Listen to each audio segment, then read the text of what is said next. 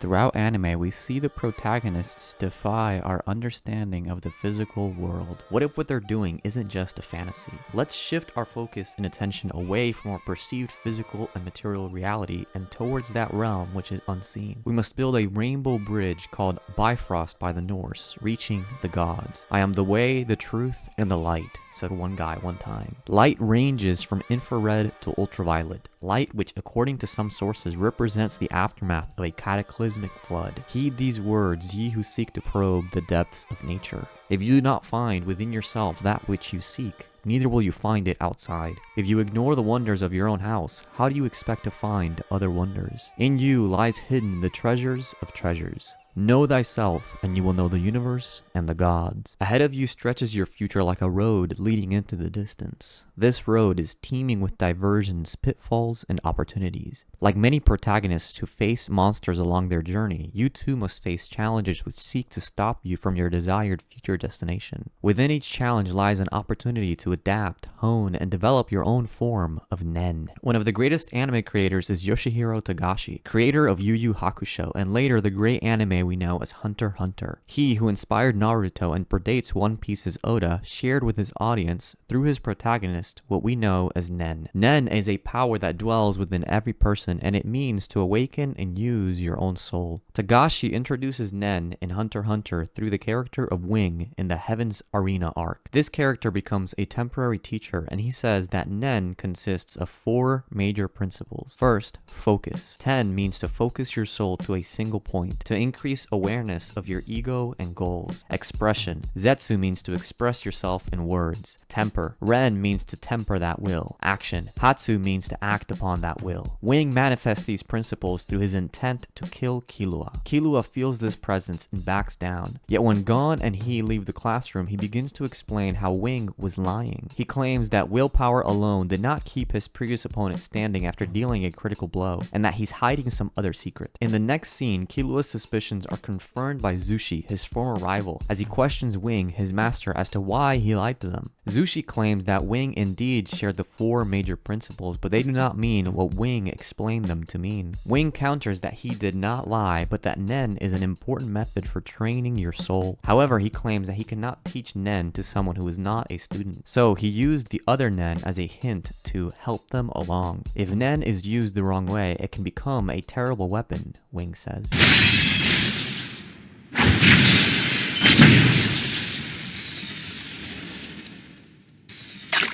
Now, while we can't use Nen to actually turn a piece of paper into a blade to cut aluminum cans in the way depicted in the anime, we can use it in other ways. Wing says, with enough work, anyone can use Nen. That is why you must be careful when deciding to teach it. Later, we learn the true meaning of Nen, which refers to the ability to manipulate your aura, also known as life energy. He says every person possesses a small amount of life energy, but in most cases it's simply discharged. The ability to build up a shroud of life energy is also known as Ten. You can make your body harder and considerably slow the effects of aging. Most people grow old through their lives by only earning barely enough to scrape by, fulfilling other people's desires and never making their own destiny a reality. In the world we live in, we have constant diversions of our life energy. Wing continues, then comes Zetsu, which nullifies your aura. It is effective for concealing your presence and recovering from extreme fatigue, which brings us to Ren, a technique to create an especially strong aura. Aura is an energy that comes from within humans, which makes it very effective against other humans. For better or worse, if you attack a helpless person with ill intent, you can use aura to kill. This is Hatsu, the release of your Nen aura,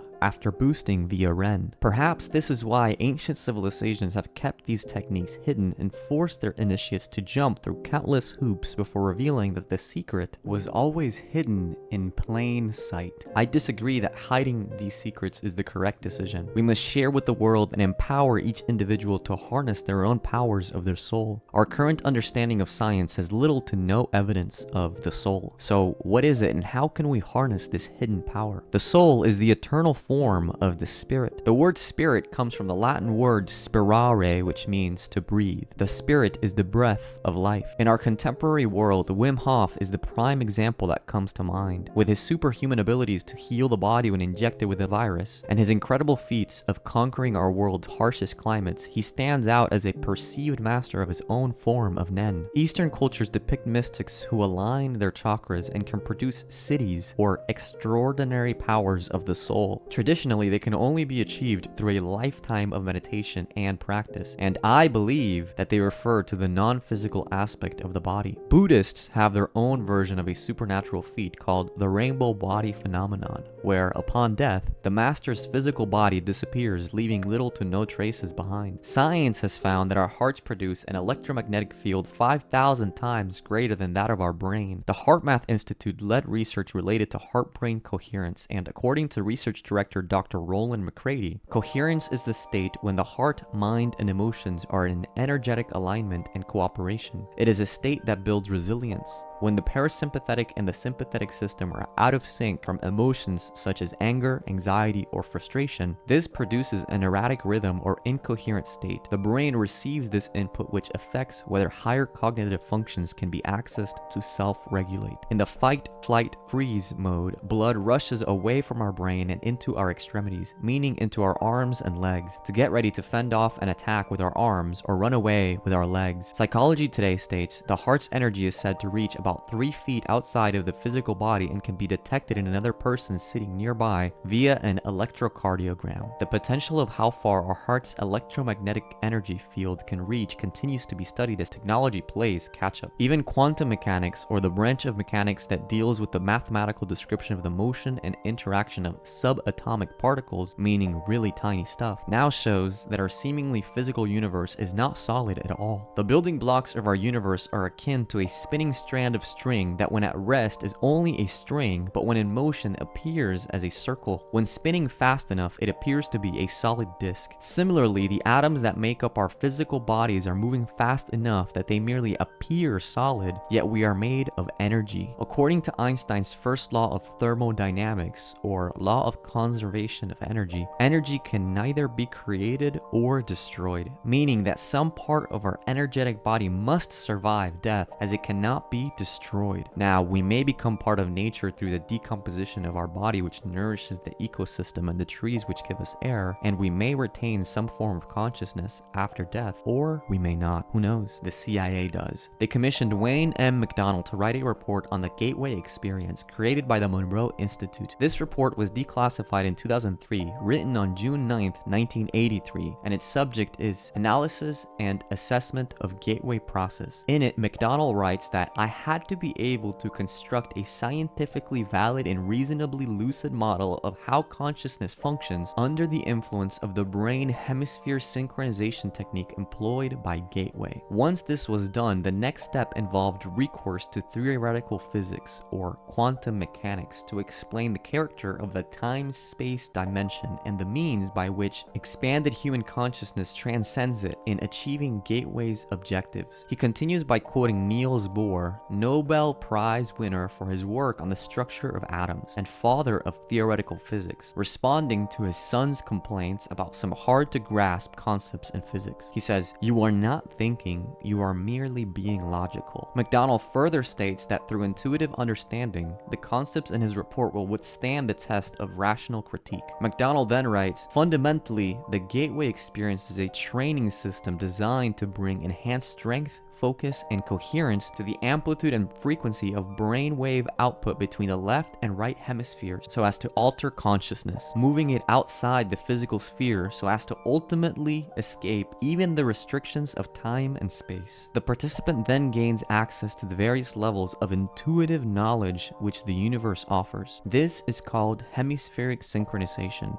or hemisync. Melissa Yeager, a Monroe Institute trainer, describes hemisync as a state of consciousness defined when the EEG, which stands for electroencephalogram, which is a test that measures electrical activity in the brain using small metal discs attached to the scalp. When these patterns of both hemispheres are simultaneously equal in amplitude and frequency. She states that studies conducted by Elmer and Alice Green at the Menninger Foundation have shown that a subject with 20 years of training in Zen meditation could consistently establish hemisync at will, sustaining it for over 15 minutes. However, with the help of tapes developed by Bob Monroe and his institute, depending on the individual's level of commitment and dedication, anyone can tap into this elusive transcendental state which allows the individual to escape even the restrictions of time and space in a matter of weeks. This is why the CIA worked closely with the Monroe Institute. They wanted to tap into this technology in order to harness it and train other USA INSCOM or United States Army Intelligence and Security Command personnel to reach greater states of consciousness. Further in the report, we learn that consciousness can be defined as the difference between motion and rest. That is to say, the degree of one's consciousness is the degree to which one can perceive and become aware of increasingly more complex patterns in the world around him, which only become available as the difference between motion and rest. In One Piece, Oda adapts this philosophy in the form of swirls. As it is, our world is constantly in motion.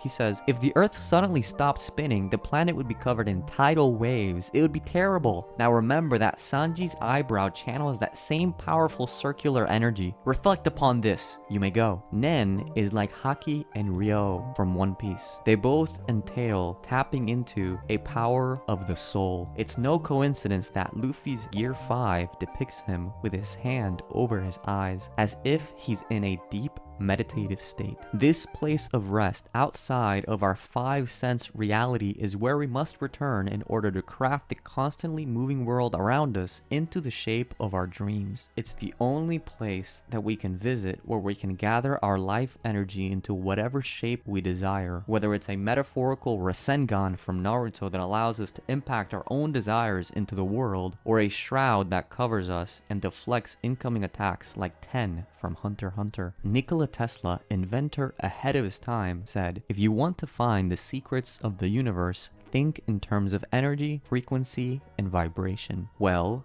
the range of such includes speeds so slow that everything stops, which could be the universe before it was, and so fast that everything seems to be one, which would look as if there was no motion from the outside. At this frequency, the gods reside. How many people dream lucidly with their hands clasped together and stare the gate of truth candidly and make demands like Edward Elric from Full Metal Alchemist?